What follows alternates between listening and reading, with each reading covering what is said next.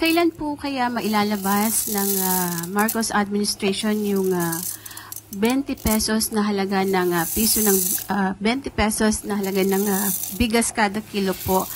Tapos na po ba yung guidelines ukol dito?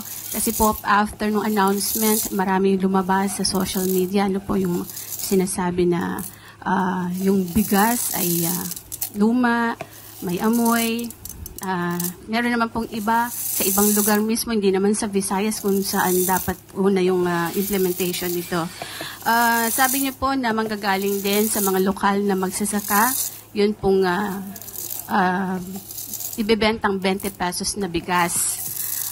May we know po sino-sino yung mga magsasaka or kooperatiba na magiging source po o pagkukunan nitong bigas na ito. Magandang araw sa inyong lahat mga kababayan, at ngayon ang ating pag-uusapan ngayon ay ang inyong Manang Claire, at ginurgur na naman ng Net25 ito at tinanong kung kailan na magro-roll out itong viral na pinag-uusapan na 20 pesos sa bigas na pangako ng Pangulong BBM. At ngayon po matutuloy na daw itong 20 pesos sa bigas. At marami kasing issue dito mga kababayan na mayroong lumalabas sa mga luma ng bigas, amoy baho na bigas, at talagang yung 20 pesos sa bigas ayon na rin kay BP Sara, hindi ito pang tao kundi pang hayop.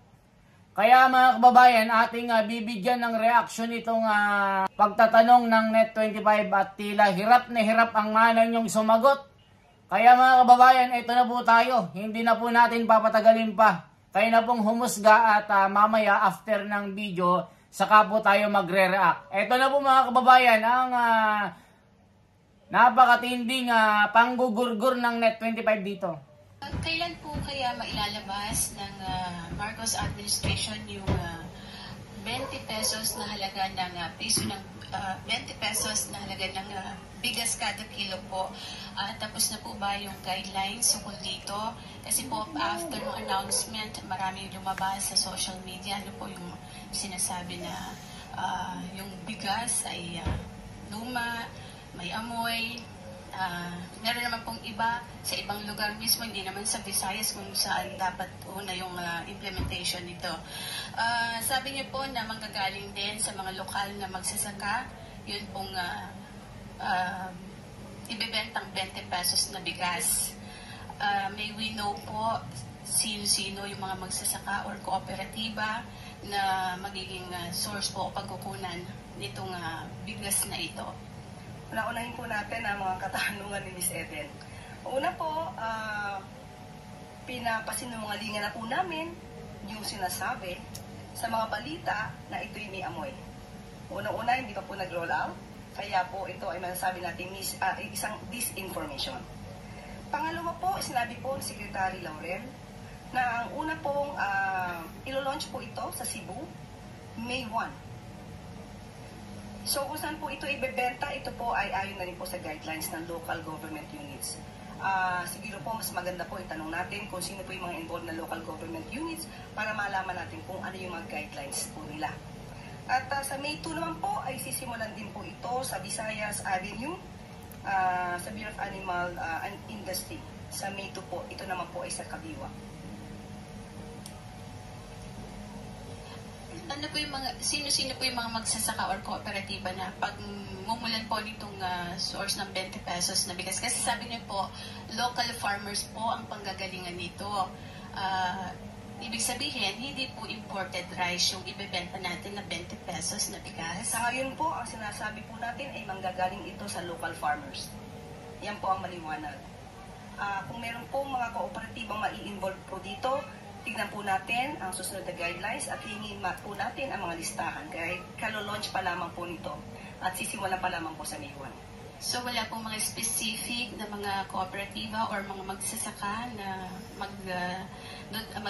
pagmumulan po nitong bigas na ito, itong 20 pesos, para po naman na malaman natin na yung bigas ay galing po talaga sa ating mga magsasaka, hindi lamang yung mamamayan natin ang makikinabang sa murang bigas, kundi maging yung mga magsasaka po. Parang two birds in one stone po yung hit ng gobyerno natin dito. Katulad po ng sinabi natin, Dapat wala po tayong pagdududa. Local farmers po sa panahon.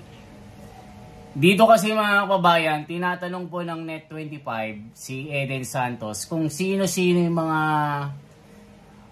mga magsasaka o mga farmers na panggagalingan ng mga bigas. Mamaya kasi mga kababayan, ang gobyerno import itong mga bigas na ito at hindi na naman makikinabang yung mga magsasaka. Kaya kinaklaro po ng Net25 sino-sino ang mga kooperatiba o mga grupo ng mga magsasaka.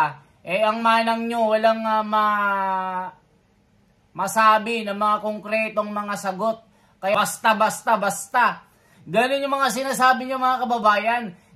Tama naman ang sinasabi ng Net25 na si Eden Santos. Sino-sino ang mga ito? Kasi mamaya nga, pagmumula na naman ng isang corruption ito. Mamaya, gagamitin na naman ito ng mga, alam nyo, mga abusado, yung mga nangiipit ng mga bigas. Gagawin na namang negosyo. Imbes na yung mga local farmers ang makikinabang, yung mga kapitalista na mga malalaki mga negosyante. Ito yung mga tinatanong ng Net25. Kaya nagugurgur ang manang nyo mga kababayan. Walang konkretong mga sagot. Kaya dito sumasablay ang manang nyo. Naku po mga kababayan. Iba-iba na naman ang mga sari-saring mga reaction dito ng mga netizen. Bakit ganyan ang manang nyo? Lagi ng opinion lang. Walang mga plano, walang mga specific na mga ebidensya ang mga sinasabi. Basta magsasabi na lang ng, basta meron mga local farmers dyan. Huwag ka nang magtanong, parang ganun mga kababayan. Grabe parang naiirita na sumagot ang manang nyo. Parang nakukulitan sa panggugurgur ng Net25. Anong masasabi nyo dito? Pakinggan pa natin ito mga kababayan. Matatawa kayo sa mga sagot ng manang nyo. Hindi kasi klaro Please speak as we... Mumulan po nitong source ng 20 pesos na bigas. Kasi sabi niyo po, local farmers po ang panggagalingan nito. Ibig sabihin, hindi po imported rice yung ibebenta natin na 20 pesos na bigas. Sa ngayon po, ang sinasabi po natin ay manggagaling ito sa local farmers. Yan po ang maliwanag. Kung meron po mga kooperatibang mai-involve po dito, tignan po natin ang susunod na guidelines at hingin po natin ang mga listahan. Kaya kalolaunch pa lamang po nito at sisimulan pa lamang po sa May 1. So wala pong mga specific na mga kooperatiba or mga magsasaka na pagmumulan po nitong bigas na ito, itong 20 pesos, para po naman na malaman natin na yung bigas ay galing po talaga sa ating mga magsasaka, hindi lamang yung mamamayan natin ang makikinabang sa murang bigas, kundi maging yung mga magsasaka po. Parang two birds in one stone po yung hit ng gobyerno natin dito. Katulad po ng sinabi natin, dapat wala po tayong pagdududa. Local farmers po sa panahon po. Hindi pwedeng magduda, manang. We speak as we speak. Sa local farmers po ito kukunin. Hindi pwedeng magduda. Kukunin muna po natin sa local. Dapat hindi daw pwedeng magduda. Ito ilulunsad sa Cebu. Kapag may detalye na po tayo, ibibigay po namin sa inyo. Actually, Domingo, ABS-CBN. Good afternoon, ma'am. Ma'am, Vice President Sara Duterte has questioned the timing of the release of this 20 peso per kilo rice. How do you convince the public that this is not a form of politicking, particularly because it is being launched weeks before the midterm elections? Kailan pa po ba natin ibibigay ang sakati sa kabayo? Kung kailan namatay na yung kabayo? Sa politika po, wala pong timing. Sa pagbibigay ng ayuda, sa pagbibigay sa mga taong kinakailangan ng tulong, lalong-lalo na yung mga nasa laylayan ng lupunan, hindi po kinukwestiyon ang timing dito. Sa pinakamaagang kakayanin ng gobyerno na maibigay ang tulong, ibibigay po yan. Walang politika rito. Malamang sinasabi lamang ito. Ayan mga kababayan, wala daw timing. Hindi, kailan mo daw ibibigay yung pagkain ng kabayo, pagpatay na yung kabayo? O bakit ngayon lang Manang Claire? After 3 years ng panunungkulan ni BBM, bakit ngayon nyo lang naisip ito sa panahon ng eleksyon? Isa itong uri ng vote buying. Yan ang sinasabi ng mga analista dito mga kababayan. Bakit ngayon nyo lang ibibigay ang mga bigas na ito? Wala daw timing ito. Wag daw questionin. Kailan mo daw ibibigay yung damo pagpatay ng kabayo? Aba, matindi ang manang nyo dito mga kababayan. Parang naiirita na sumagot. Hindi ba ito form of vote buying? Na kitang-kita na obvious na isa itong pamimili ng boto. Kasi nga itinataon nyo na eleksyon. Ilang araw na lang, eleksyon na. So ibig sabihin, kaya kulilat itong rating ng Pangulo, gumagawa ng paraan. Itong bigas, ginagapang niya na matagal niya ng pangako. Na ngayong araw ng eleksyon, ginagapang niya na magsisimula sa Cebu. Bakit sa Cebu lang ito? O sige nga, dahil dyan nangungulilat ang Alyansa Pilipinas. Kaya ginagapang ito nga 20 pesos sa bigas. O mag-react kayo mga kababayan. Para muling bigyan ng negatibong epekto ang isinasagawa ng Pangulo para matupad ang 20 pesos kada kilo na bigas. Why wasn't it possible for the government to launch it way earlier, considering that this was a promise made during 2022, around 3 years ago? True! Obviously, hindi naman po sa isang click ng kamay ay maigagawa ito, ay maisasagawa ito. Lahat po ay kailangan magtulong-tulong. Katulad po nito, may mga Visayas governors na nagbigay ng kanilang pagsang-ayon para makapagbigay din po ng subsidiya kasama po ang national government. Yan po ay inaaral, hindi po ito basta-basta isinasagawa. Dapat po malinis ang pagkakagawa para po wow! maibigay. At kung kakayanin magtuloy-tuloy talaga ang proyektong ito ng Pangulo, ay dapat pong gawin lamang. One final question from my end. How sustainable, how confident are Ayan you na. to the sustainability of this project, considering that the government is subsidizing a big portion of the amount and it's not the actual cost of production for farmers? Yan naman po ay sinasabi na masusustain hanggat December. Ito pong taon ng December. At ang pinag-uusapan po ngayon ay sa susunod na taon ay maaaring maisama na po ito sa budget. Heidi Sampang, FEBC.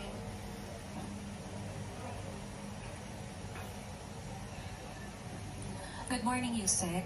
Ayon po sa Stratbase SWS survey, sa ika-4 na sunod na buwan po ay muling tumaas ang bilang po ng mga pamilyang Pilipino na nagsabi pong sila ay mahirap.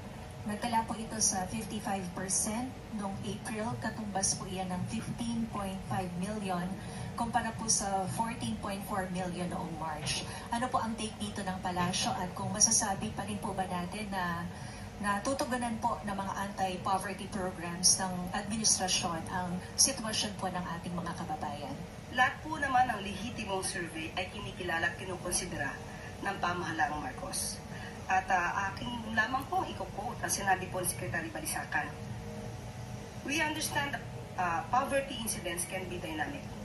In particular, self-rated poverty surveys are sensitive to inflation, particularly the price level of commodities commonly consumed, say food, transportation, etc., prevailing at the time of the survey versus what it was in the recent past. Dahil po dito, dahil mahalaga po ang kapakanan ng taong bayan kay Pangulong Marcos, papaluwigin pa po ang mga programa para matugunan po ang mga issue patungkol po sa kahirapan at kagutuman. Yan po ang talagang ninanais at pinapalawig pa po ang programa para ito po ay matugunan. Kabilang na po rito ang 20 pesos kada kilo na bigas. Nandiyan pa rin po ang programang Walang Gutom program ng DSWD. Idagdag pa po natin ang patuloy. Alam nyo mga kababayan, yung ginagawa ni Manang Claire, yung basta makareact na lang, na walang konkretong plano, walang konkretong sagot. Basta makareact na lang mga kababayan, parang vlogger lang din na basta may isagot na lang. Kita nyo yung mga sagot nyo mga kababayan. How sustainable, tumaas ang kahirapan. Ayan, hindi niya masagot ng tama. Parang sinasabi niya, survey na naman. Parang sinasabi niya na naman na fake news yan. Basta makareact na naman. Kayo po ang tatanungin po. How sustainable is this, mga kababayan? Gaano ba tatagal? Gaano ba katagal or tatagal itong 20 pesos sa bigas na ito? Na wala namang konkretong plano ang gobyerno. Hanggang December daw ito at after ng December, may isasama na daw ito sa national budget para masustain daw itong 20 pesos sa bigas na ito na panaginip ni Pangulong Bongbong Marcos. Kung tatanungin kayo mga kababayan, kaya ba ng gobyerno na isustain ito? At bakit? Bakit nila itinaon na panahon ng eleksyon? 'Di ba? Ito'y isang uri ng vote buying, mga kababayan. I-comment nyo po kung tama yung mga sinasabi natin. Disclaimer po, lahat ng mga opinion ko dito ay mga sari-saring mga guni-guni ko at panaginip lamang. Okay? Yan ay aking sariling opinion. Kaya mga kababayan, kung ano yung mga reaction nyo, sana i-comment nyo po dito. Mabuhay. Once again, isang like po, isang share, isang subscribe. Para po dumami po tayo. The wonders sa Philippines. Mabuhay po.